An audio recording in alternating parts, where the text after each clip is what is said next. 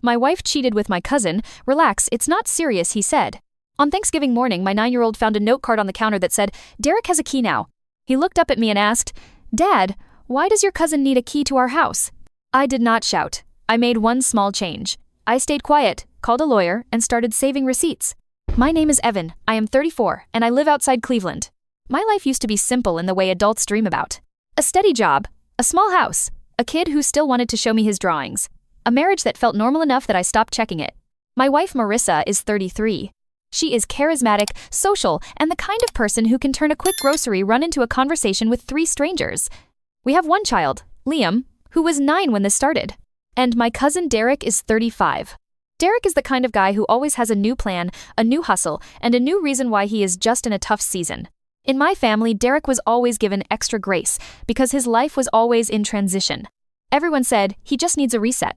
Over the years, I learned something. A person who is always in transition often uses other people's stability, like a charging station. That is what I thought Derek was doing when he started showing up more. He came around in October and said he was between apartments and needed a place to crash for a few nights. Marissa immediately said yes. I hesitated. But not because I dislike Derek. Because I know what happens when you invite chaos into a quiet house. Marissa said, he is family. Do not be cold. So Derek stayed in our guest room. A few nights turned into a few weeks. Then Thanksgiving arrived. Thanksgiving morning, Liam walked into the kitchen holding a small note card. It was one of those blank cards we keep for gift tags. He said, Dad, I found this on the counter. The card said in Marissa's handwriting, Derek has a key now. Liam looked at me like he was afraid the question would get him in trouble. Why does your cousin need a key to our house? He asked. I felt my chest tighten, but I kept my voice calm. You are not in trouble, I said. Thank you for telling me. If you were me, you might have stormed into the guest room right then. I did not. I put the note card in my pocket and made one small change. I decided not to react emotionally in front of my child. Because in situations like this, the person who stays calm keeps control of the story. I waited until Marissa came downstairs. She was cheerful, in hostess mode, already thinking about food and family arriving. I held up the note card. Why does Derek have a key? I asked. Marissa blinked, then smiled like it was harmless. So he can help, she said. If I need groceries, if he needs to come in while we are out, it is normal. I asked, why did you not tell me? Marissa sighed like I was exhausting. Because you would have made it weird, she said. Made it weird. That phrase sat in my stomach. I said, calm, we do not give keys to people without agreeing together. Marissa shrugged. Fine, he has it already. It is one day. One day. That is how it starts. One day. One favor. One exception. Thanksgiving guests arrived. My mom brought pie. Derek's dad, my Uncle Ron, brought a bottle of wine.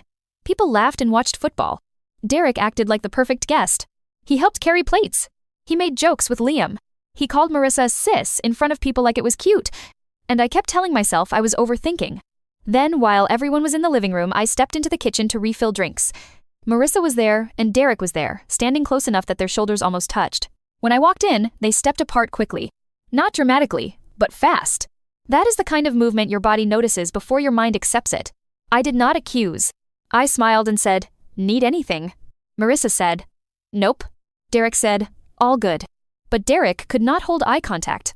That night, after guests left, I checked the key hook by the door. A new key was there, silver, with a black fob. I asked Marissa, is that Derek's key? Marissa said, yes. I said, calm. I want it back. Marissa stared at me. Why? Because it is our house, I said. Marissa's voice rose slightly. You are being controlling. There it was. The first label. Controlling is what people call boundaries when boundaries interfere with their plan. I did not argue. I said, tomorrow. I want it back tomorrow. Marissa rolled her eyes and went to bed. I sat on the couch and listened to Derek moving in the guest room like he owned the hallway. Then I did the second small change. I opened a folder on my phone called Receipts. I took a photo of the note card. I wrote the date in my notes app. I saved it because I had a feeling I was going to be told later that I imagined it. 2 days later, while Marissa was at the store, Derek walked into the living room and sat down across from me like he wanted to talk. He said, you seem tense. I looked at him. You have a key to my house. Derek smiled slightly. Relax. Marissa gave it to me. I asked, why do you need it? Derek shrugged. She trusts me. Trust. That word landed like a challenge. I said, give it back. Derek laughed softly. Man, you are acting like I stole your car. Then he leaned forward and said quietly, do not worry, it is not serious. Not serious. He said it like he knew something I did not. My stomach turned. I stood up and said, "Give it back." Derek held up his hands and said, "Fine, fine." He tossed the key onto the table like it was a joke. Then he walked away and said, under his breath, "You will get over it." That night, Marissa came home and asked, "Did you take Derek's key?" I said calm, "Yes." She stared at me. "You embarrassed him." I said, "He embarrassed himself by acting entitled." Marissa's face went cold. "Maybe you are the one who is entitled," she said. I stared at her. Because the tone was not wife tone, it was team tone. Like she and Derek were on the same side. Then my phone buzzed. A message from an unknown number. "Stop acting tough. You will lose." I did not reply. I screenshot it. Receipts. When Liam said he heard that sentence, my first instinct was to protect him from adult mess. I said calm, "Thank you for telling me. You did the right thing." Liam looked down and whispered, "Am I in trouble?" I said, "No. You are not." Then I made the third small change. I stopped assuming this was a misunderstanding. I started treating it like a pattern. That day, while Marissa was at work, I checked our door camera history. We had a basic doorbell camera. We got it after a package theft, and after that, it became background noise. I scrolled back to the week Derek moved in. I saw Marissa opening the door for him, normal. Then I saw something else. On 2 nights, around 12:30 a.m., the door opened and closed. No porch light, quick movement. Then, a few minutes later, Derek leaving alone. I checked those dates.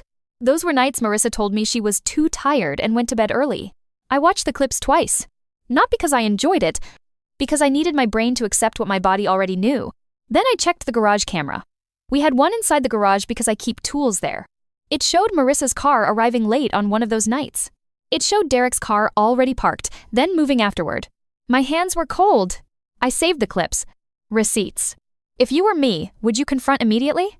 I did not, because I knew exactly what would happen. Marissa would cry, Derek would smirk, my family would say, "Do not accuse without proof." So I gathered proof. I checked our phone plan online. Not message content, just call logs. There were calls between Marissa and Derek late at night, short but frequent. I saved the call log screenshots. Receipts. Then I did something that felt unreal. I called a lawyer. Ms. Patel listened and said, "I cannot tell you what is happening in your marriage, but I can tell you how to protect your child, your finances, and your housing." She asked, "Do you have joint accounts?" Yes. She said, "Move your paycheck to a separate account. Do not drain shared funds. Just protect your income. Also, keep everything in writing. Avoid shouting matches. People who cross lines often try to paint you as unstable." Unstable. The same word everyone uses when you start noticing. That night, I acted normal. I asked Marissa about her day. I helped Liam with homework. I put trash out. Marissa looked relieved, like she thought I had calmed down. Then she tested me. She said casually, "Derek might stay longer. He is struggling." I nodded, calm. "No." Marissa blinked. "What?" I repeated, "No. He is leaving this weekend." Marissa laughed sharply. "You cannot kick him out. He has nowhere to go." I said, "He is not my responsibility." Marissa's face hardened. "He is family." I asked calm, "Is he?" Marissa did not answer. She just said, "Do not start." There it was again. Do not start means do not notice. That night, I slept lightly. Around 1:10 a.m., I heard the hallway floor creak. I did not move. I listened. A soft door click. Then quiet footsteps. I checked the doorbell camera on my phone. Derek left the house at 1:18 a.m. Marissa did not leave, which meant he came to her room or she went to his. I did not need to know details. The pattern was enough. In the morning, I asked Marissa one question. "Where were you at 1:18 a.m.? Marissa froze. Then she laughed. "What?" I kept my voice calm. "You were awake. Where were you?" Marissa snapped. "You are spying. You are controlling. This is why I cannot breathe." I nodded slowly. "Answer the question." She did not. She walked out of the kitchen and slammed a cabinet door, then kissed Liam's head like she was the normal parent and I was the threat. My stomach turned. Because now she was using our child as a prop. That afternoon I spoke to Derek. Not in anger. In calm? I said, "Move out by Saturday." Derek smiled. "Or what?" I stared at him. "Or I will file a formal no trespass request." Derek laughed, like it was funny that I used adult language. Then he said the sentence that became the title. "Relax," he said. "It is not serious." I looked at him and said, "Then leave." Derek leaned in slightly and whispered, "You do not know what serious is." That line chilled me. Because it sounded like a threat, not a joke. I went back inside and texted Miss Patel. "Derek is making comments that feel threatening. Also, he has been leaving late at night." "Miss," Patel replied, "Do not engage. Keep records. If he threatens you explicitly, report it. Also, remove him from any child-related access, school pickup, emergency contacts." School. I opened the school portal. Our school had a basic portal with pickup contacts. Marissa had access, and I had access. I checked the authorized pickup list, and there it was. Derek. Authorized pickup. My blood went cold. I drove to the school and updated it in person. Only me and Marissa. No one else. The school staff was polite, but their tone changed when I asked for a record of the previous changes. They printed a change history log. It showed Derek was added 3 weeks ago. By Marissa. I took the paper and sat in my car, breathing slowly. Because now, the betrayal wasn't only romantic. It was logistical. It involved my child. That night, I did not scream. I sat at the table with Marissa and said, "Calm. You added Derek to Liam's pickup list." Marissa blinked fast. So, I repeated. Marissa's voice rose. "He is family. He can help." I said, calm. "You made my cousin a legal contact for my child without my consent." Marissa shrugged. "You are overreacting." I looked at her and said, "We are done." Marissa laughed, bitter. "You cannot leave. Where will you go?" I replied, "You are the one who left. You just did it inside our home." Marissa's face twisted. Then she did what I expected. She cried. Not quiet tears, loud, dramatic. "You are ruining our family," she sobbed. I did not comfort her. I stood up and said, "Calm. I am protecting our child." The attempted transfer was the moment I understood this was escalating fast. When people know their story is collapsing, they grab what they can. I called the bank that night and froze the joint savings account from transfers without both approvals. The rep asked, "Are you experiencing a domestic dispute?" I kept my voice calm. "Yes, please add extra verification." Then I saved the bank confirmation email. Receipts. Marissa noticed immediately. She came into the living room holding her phone. "Why is my transfer blocked?" she demanded. I kept my voice steady. "Because you tried to move money without agreement." Marissa scoffed. "It is my money too."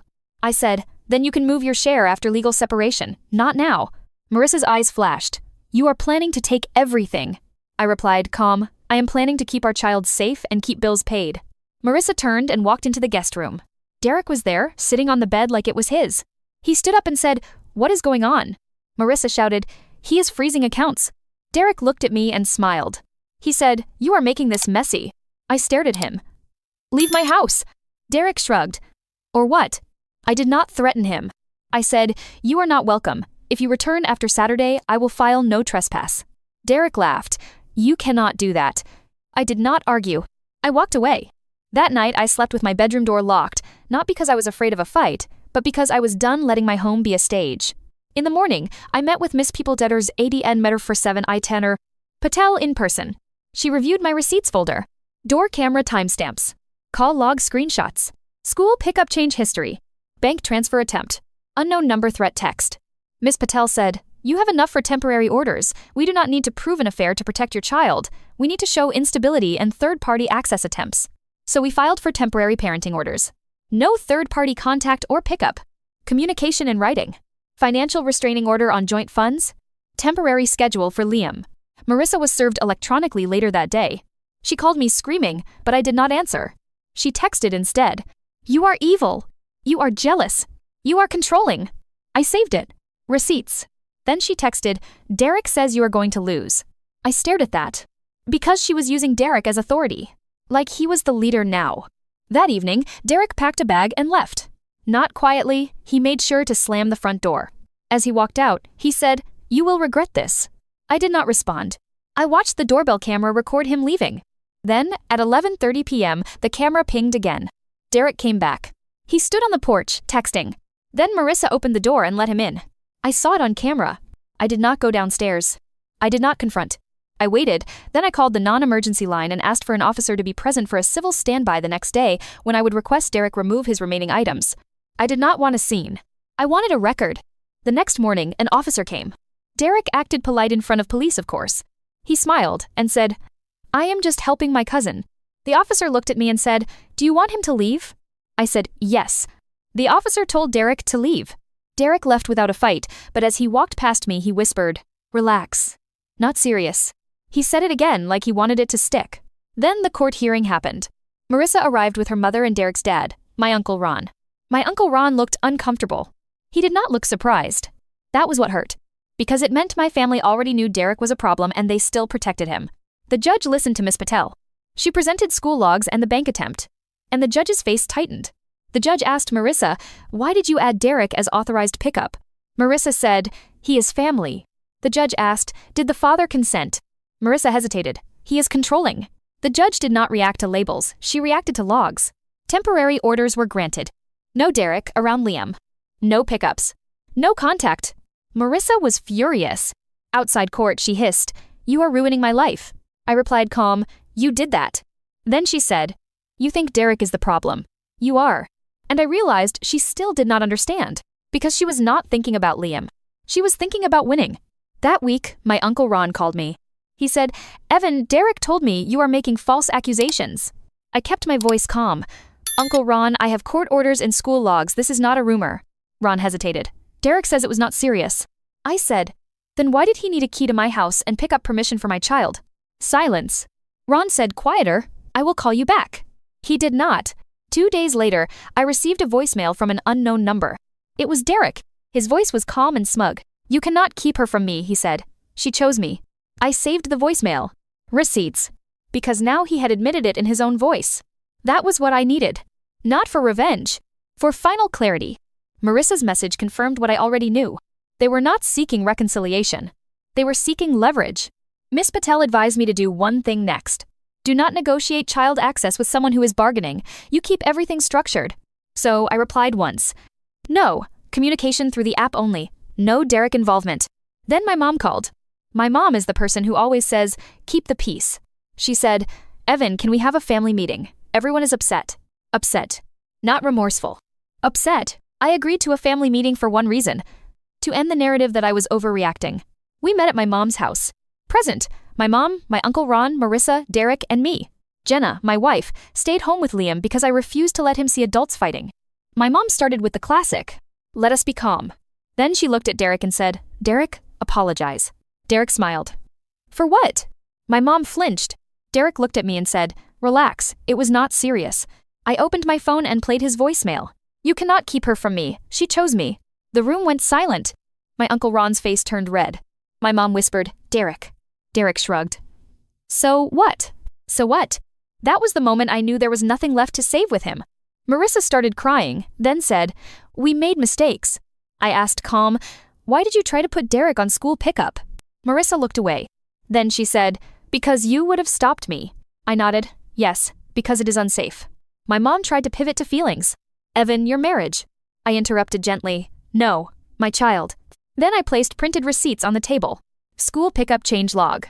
Bank transfer attempt alert. Door camera timestamps. I did not slam them, I slid them. Because facts do not need volume. My Uncle Ron stared at the school log. Then he looked at Derek and said, "Why are you doing this?" Derek smiled, smug, "Because I can." My mom started crying. Not because of me. Because she realized the family's golden child was a problem. And the family had protected him anyway. I stood up and said, calm. "Here is the boundary. Derek is not in my life. Derek is not around my child. Anyone who tries to force it will not have access to my child either." My mom gasped, "You cannot do that." I replied, "Watch me." Derek laughed, "You are dramatic." I said, "No, I am consistent." Then I left. After that meeting, I stopped trying to convince them. Because people who benefit from your silence do not suddenly value your truth. Marissa moved out 2 weeks later. Not because she wanted to. Because the temporary orders and logistics made it impossible to keep pretending. Then she sent a final text. "You did all this because you are jealous." I replied, calm. "I did this because you crossed a line with my family and my child." Then I stopped responding. When my Uncle Ron called about Derek needing help, I did not feel satisfaction. I felt tired. Because I knew what was coming next. They would treat Derek like the victim of consequences. They would treat me like the tool to fix it. I told Ron calm, "I am not helping Derek." Ron whispered, "He is family." I replied, "Not to me." Then I asked, "Is Liam safe?" Ron hesitated, "Yes." That was all I needed. The divorce proceeded quietly. No dramatic courtroom scenes. Just paperwork, mediation, and schedules. Marissa tried to soften at times. She wrote, "I am sorry." Then she added, "But you made it public." I did not argue. I replied, "You made it real." The final custody arrangement included no third-party contact without mutual consent. No Derek contact with Liam. Structured parenting schedule. Communication only through the app. Marissa complied because the court required it. Derek disappeared from our world. Not because he changed, because access was gone. And access is what people like Derek chase. One night, Liam asked me, "Dad, why does Uncle Derek not come anymore?" I kept it simple. "Because he made unsafe choices," I said. "And my job is to keep you safe." Liam nodded, then asked, "Am I safe now?" I said, "Yes." And that was the payoff. Not revenge. Safety. People will always ask if you feel regret. I do not regret protecting my child. I regret ignoring early signs. But now, the truth is out, and it stayed out because I documented it. My cousin said, "Relax, it is not serious." He was wrong. It was serious the second he stepped into my home, my marriage, and my child's life with entitlement. And the only way to stop entitlement is boundaries with consequences. That is what I did. And that is the ending. Not loud, not dramatic. Just documented and final. If you like calm, documentary-style stories with receipts and a real payoff, subscribe. I post long-form stories like this regularly. And the next story starts with a small favor that turns into a setup.